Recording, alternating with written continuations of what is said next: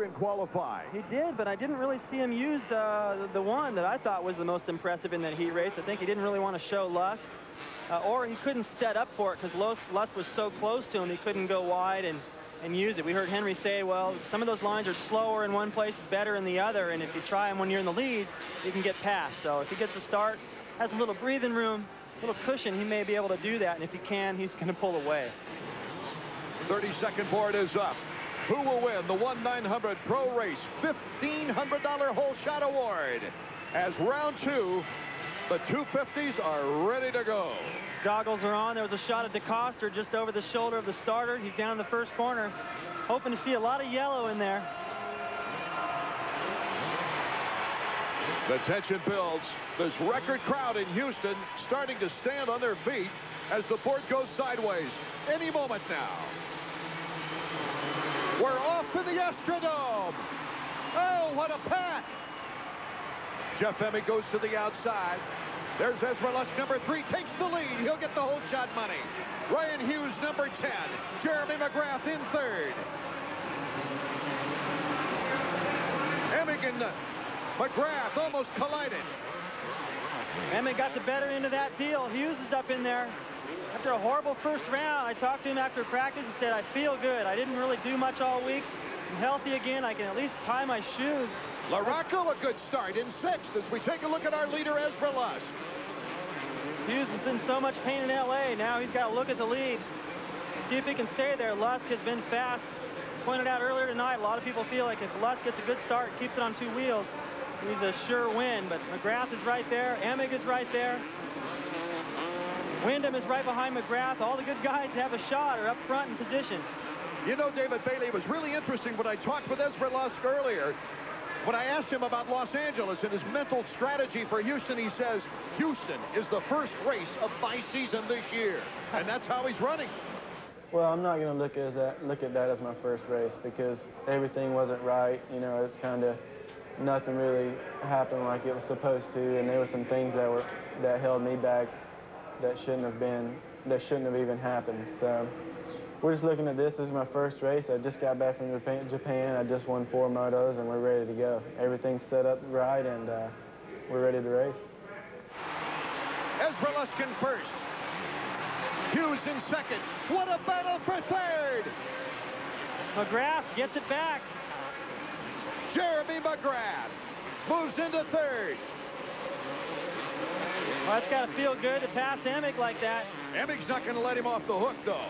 Emig knows he's got to ride aggressive. He'll keep the pressure on. This kind of reminds me of what we've seen here in years past. Jeremy, a Kawasaki sandwich between Ryan Hughes and Emig. And that worked in Jeremy's favor the last time they got together like that. Hughes made a mistake, caused Emig to go down, and Jeremy went on for the win. Boy, is this a fine ride in 2nd place for Ryan Hughes. Oh, I know he can ride good. He knows it. It's frustrating that he's never healthy. Got through the whoop. Beautiful right there. Leaped about 5 jumps. 5 of those whoops. Turned it into a couple of big double jumps, it looked like. Jeremy back. McGrath has got the target right on Ryan Hughes' back, though. He closed right in, and McGrath knows if he can't get around Hughes right now and starts to lose contact with Lusk, that means get on the gas or it's over. Lusk has pulled a 3-second lead on number 10, Ryan Hughes. And then we've got McGrath. Emig. Emig is losing some time. Wyndham is in back of Emig. Then it's LaRocco. It's a wicked pace right now. Lusk is setting it. There's McGrath's mechanic, Randy Lawrence. Trying to figure out what he needs to put on the board. For the Henry fans, he's now in 7th place. And Lusk, go mistake-free. Look at him bouncing through those whoops. Ryan's got those whoops dialed in the beginning, and then Jeremy got them dialed at the end. Different lines through the corner. Jeremy's got to try something. He can't follow. Can't pass if you're following. If Ryan were to make a mistake, Jeremy would be caught up in it. They're not losing any time to Lusk. That last lap, they stayed dead even. You know, the track has held up beautifully, hasn't it? Love the soil here. Sat and watched practice with Johnny O'Mara, and I said, you like this place, didn't you? He goes, yeah, I loved it. Soil's perfect. Our Suzuki Field summary: Ezra Lusk, Ryan Hughes, Jeremy McGrath, Jeff Emig, and Kevin Wyndham. Our top 5. Then after Wyndham, it's LaRocco, Henry, Button, and Tortelli. Before we get to Greg Albertine and Damon Huffman. Right now, these guys are just going as fast as they can go. Hughes and McGrath. They're doing everything right, not making any mistakes. They're flying through the whoops, and they still can't gain on Lusk. 16 laps to go, and Lusk has picked up another second on Ryan Hughes. Just inching away. But McGrath has been right there. You got to think that if he was in front of Ryan, he might be able to do a couple things different and stay with Lusk or have a shot at him. But right now, unless he can get around Hughes, there's no way he's going to catch Lusk. He's got to hope for Lusk to make a mistake. Brown having some problems. The Honda Troy bike not performing as he tries to restart it over there. His mechanic giving him some extra help right now. Kicking on the pipe.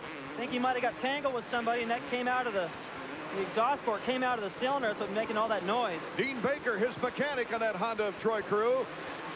Well, tough luck for Mike Brown after a 13th in Los Angeles.